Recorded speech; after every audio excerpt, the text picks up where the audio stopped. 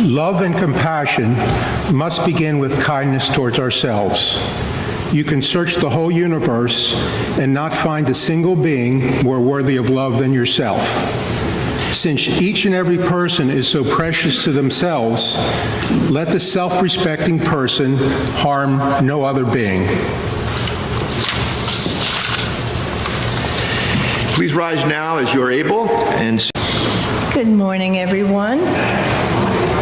So we're going to read a book today called I Am Peace. It's a book of mindfulness. Does anybody here know what mindfulness means?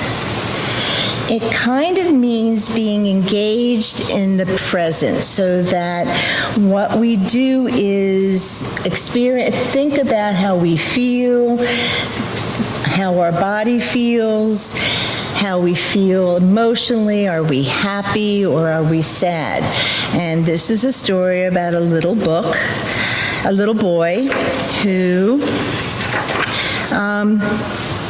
is learning about being mindful, and it is up there as well. So my thoughts begin to settle and my mind begins to clear. I am peace. The thoughts in my head are like rushing water. Do you ever have thoughts where you just keep thinking about the same thing and then another thought comes in? That's kind of what he's talking about. And I feel like a boat without an anchor. And the boat just kind of flies away, being carried away. What's happening there? See? Right. That's right. It just goes wherever it wants to go. I give myself a moment and I take a breath. Can everybody take a deep breath? We go, and that should help relax us and calm us down a little bit. And then I tell myself it's all right. I feel the ground beneath my feet, and I steady myself. So instead of feeling all rocky like you were in the boat, you feel like you're on the ground. And we start to notice the here and the now, which means what we are doing and how we're feeling right this minute. My thoughts begin to settle, my mind begins to clear. I am peace. I watch my worries gently pop and disappear, and I let things go. I can say what I feel inside out loud. So if you're feeling happy, you say, I feel really happy. If you feel sad, you say, I feel sad, and accept that, these are feelings that we all have. I can share kindness with others. I make a difference. What's the little boy doing here? You see? Feeding a bird. Right, he's feeding a bird. And what's happening here? Do you see, what are those seeds? Yes, and so the seeds are on the ground. And what do you think happens when the seeds are on the ground? Yeah, that's right. I can hug a tree and thank it for its beauty and strength. I connect to nature. I can watch the clouds make shapes against the sky. I can taste and smell and touch and hear what is all around me. I use my senses. I can feel my breath fill my whole body. I tune into me and think about how you feel. Now the water is still. I have found my anchor and everything is okay. I don't need to worry about before or after. I'm in this moment. I'm in the right now. How do we feel? I am peace. Now I share my peace with others and hope that it is carried away to those who need it. And I dream we are peace. Thank you for coming up.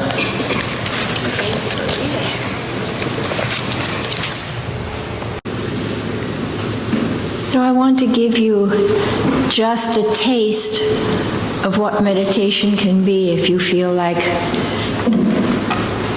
joining me. So this will be fairly brief, but let's start by just becoming aware of how you are sitting in your seat right now. Perhaps you can feel how your body is resting on the chair. Becoming aware of your back as you rest against the back of the chair. Allowing your body to become the anchor that Deb talked about in the story. And then, when you're ready, just taking a couple of deep exhalations. Inhale normally and just exhale, and allowing yourself to exhale all the tension, all the anxieties, all the ideas that you came in with, because just allowing yourself to be welcomed in this moment, in this space. Might even like to breathe out with a ah. Let it go. Let it go.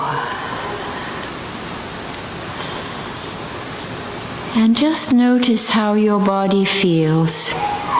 And perhaps scanning the body and noticing any tightness or tension, and just gently softening it.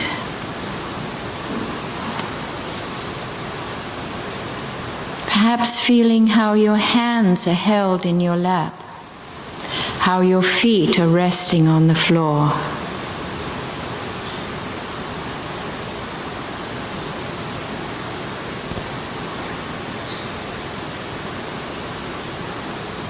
And just becoming aware that you are breathing. This extraordinary miracle that we breathe, our life depends upon it and we don't even think about it. So just noticing the breath coming in and the breath leaving the body. Nothing to do, nowhere to go, no one to be, just in this moment, right here.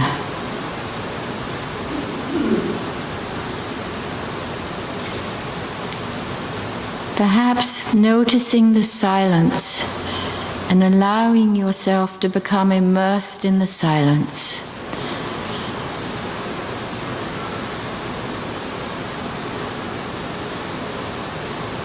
Allowing the silence to interpenetrate with your body, all the cells of the body becoming infused with silence.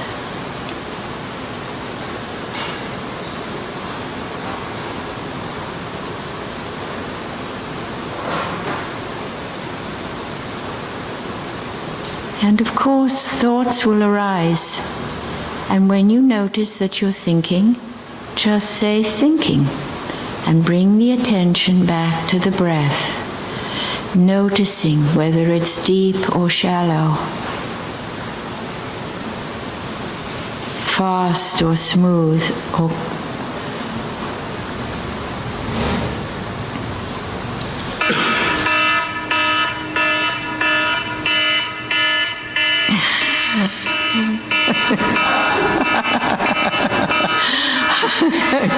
welcoming noise.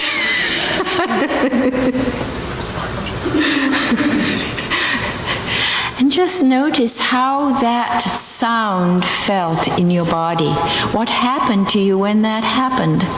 And just notice that. Because this is what happens in all of our life. We get to one place and then something unexpected happens. And we want to be able to notice that without judgment or criticism of ourselves or others. Just saying, this is what's here right now.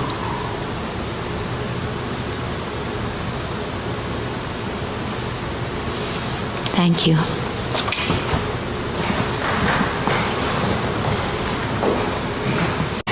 It is my pleasure this morning to introduce Howard Silver, who will provide today's homily. Howard has been a member of USG since 1991 and is well known for his generosity of time and talent in helping to keep our 90-plus-year-old building and grounds in good order. Howard has been a dedicated practitioner of meditation for 6 years. Howard?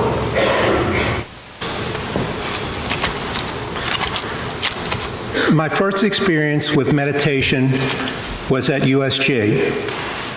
For many years, USG held meditation in the Austin Youth Lodge before the service on Sundays, which was organized by long-term members Gerry Lindauer and Jamie Preston. We would meditate silently for 20 minutes, although it was hardly silence because of the loud buzz of a pump from the large fish tank in the room. Then after Gerry or Jamie read a Buddhist teaching to us, we would move outside for silent walking meditation in the grove. Some of you may recall images of folks blankly moving around the grove, resembling Walking Dead characters when you're arriving for service. In the late 90s, I attended a men's retreat at Murray Grove, where one afternoon was spent with Gerry doing a masterful job of teaching us about meditation. At various times in my life, I have struggled with anxiety and depression issues.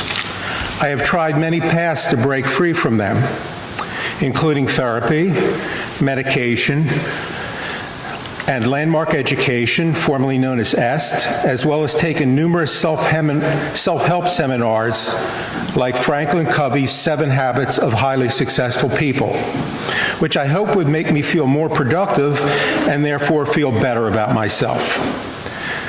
This path on the desire to break free from being held back by fear and anxiety led me to meditation. I took a course known as Mindfulness-Based Stress Reduction, developed by Dr. John Kabat-Zinn, which is based on mindfulness and meditation teachings derived from Buddhist thought and taught in a secular and practical way. After taking this course, I was able to get the taste and feel of Buddhist teachings and deeply sense how the practice of meditation could help me with lifelong issues of insecurity, unhappiness, and a lack of self-worth. This was in contrast to much of my experience in therapy, which always seemed to revolve around, you're a smart guy, you can figure this out. Although I most often was able to figure things out, I always seemed to revert back to feelings of discomfort similar to those I had experienced before. A short time after I started practicing meditation, I began to realize that it is really not helpful for me to try to figure things out in my mind. The practice of meditation helped me face my worries and fears inside while observing them in a non-critical and kind way, with a comforting awareness that all of us share the same similar difficult feelings at times in our lives. I can now pay attention to the physical distress that I feel in my body when I'm fearful, angry, and I'm aware that this is likely part of my flight or fight response, and not based on the reality of the threat or fear that I am experiencing. With this awareness, I will try to take a pause, feel the stress in my body, breathe, and focus on myself staying calm. This enables me to respond in a kind and skillful way, instead of with aggression and anger that I would surely regret later. There is a meditation and mindfulness practice called loving kindness, or as known in Buddhism, the metta practice, which is the concept of ingraining in your life kindness towards yourself and all other living beings. When I first heard the loving kindness teaching, I thought, whoa, this sounds like way too much kumbaya for me. After more exposure to this teaching, which often involves reciting phrases that are meaningful for you in expressing intentions of kindness, I started to appreciate the practice. One that particularly resonates for me is, may I be happy. May I be healthy. May I be free from inner and outer harm. May I care for myself joyfully. Coming from a family history that was by nature critical and judgmental, expressing kind and positive and self-loving thoughts is a great shift. I realize that by using kindness towards myself, I'm able to let go of much of the stress and isolation that I struggled with in the past. And I can see that this self-judgmental and critical mind is a relic of the past and was actually one of the greatest causes of my discomfort. Along with fellow church members Gerry Whelan and Sharon Mufuru, I am fortunate to have been able to attend 2 5-day silent retreats led by Oren Sofer, a highly respected meditation and nonviolent communication teacher who will be coming to USG to do a day-long workshop on January 12th. When attending a silent retreat, you're encouraged to keep all electronic devices off, not to read and not to talk except during the group teaching sessions. So, my usual daily routine of regular texting or emailing, Facebook, as well as checks of my news feed were all off the table. As Sharon's sons David and Lusato aptly put it, "Mom, aren't you even allowed to color?" By about midway through these retreats, I realized that a walk outside on the beautiful surrounding grounds, hearing the birds and other animals around me, and feeling the comfort of my feet gripping the soft earth as I walked, was all the stimulation I really needed to feel calm and content in my life. After the retreat, I went to a USG auction event sponsored by Rick Rhodes to play pickleball. This was my first attempt at pickleball, a sport popularized by baby boomers like myself, and is something in between tennis and ping pong. I arrived at the tennis club as a newbie and feeling some trepidation, as I had played tennis maybe once before in my lifetime when I was a child.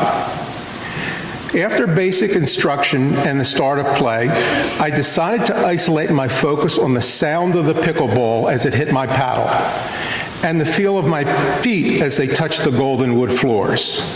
By focusing on creating the sound of the ball hitting my paddle and the feel of my feet on the wood, I was able to relax into the flow of the game nicely. When play broke, I got comments like, "Hey, good game. Do you play tennis?" My daughter Jessica, who has always been the very skeptical one in the family when it comes to meditation, just had a baby boy. And I had one unexpected, delightful surprise when during her pregnancy, she asked me if I wanted to join her and her husband while they meditated with an audio tape from their natural childbirth class. The baby, my first grandchild, was born in November. The meditation she learned in her natural childbirth class helped her and her husband stay calm and relatively comfortable and focused during what turned out to be a beautiful natural delivery. USG is now a major part in my journey with mindfulness. I have become passionate about helping to organize our numerous programs of classes and events and helping to share the benefits I have received from my mindfulness practice. From the words of Leonard Cohen, "Ring the bells that can still ring. Forget your perfect offering. There is a crack in everything. That's how the light comes in."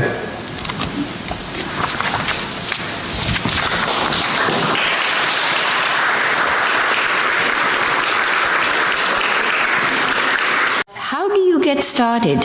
You know, that's what a lot of people say, well, what is this? How do we do it? And basically, there are lots of different ways. There are courses to teach the foundations of mindfulness, and you certainly can find those on the web, looking around in Philadelphia. There's some good centers at Jefferson and at Penn, and also some other people who teach individually or in groups. But the idea of it is finding a time to be still, to be quiet, to listen to yourself and to listen what's going on. And I tell people it's a little like water dripping on a stone. You know, drip by drip, the water smooths the stone. And I think that meditation is like that. We've gradually learned to sit and be still, and our minds sometimes will race and our bodies sometimes will feel itchy. We just stay with it day after day, and gradually you begin to find that you're less reactive, that just what happened just now when I was leading the meditation. It was a wonderful simile for what happens in our daily lives. We're going to something and something happens and then we're off on a tangent. Can we accept that? Can we just allow, okay, so that's what happens now. And this is, I think, what mindfulness meditation can really help us with.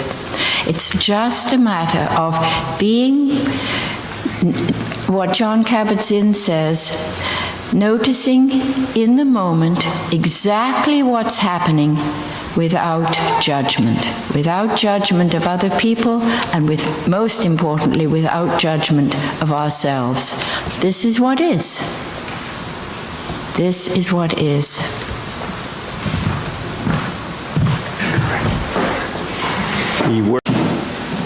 When Howard asked me to choose a poem to end with, I chose this thing that's called A Letter to His Daughter by Emerson, and I did not know that Emerson was a Unitarian. So I just want you to, if you like, substitute in this the word day for year, because I thought this was a perfect thing to read at the end of the year.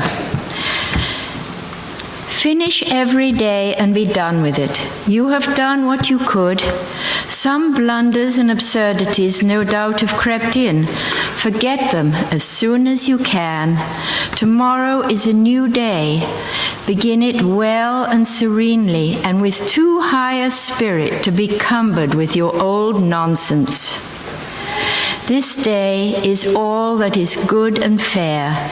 It is too dear, with its hopes and invitations, to waste a moment on yesterdays.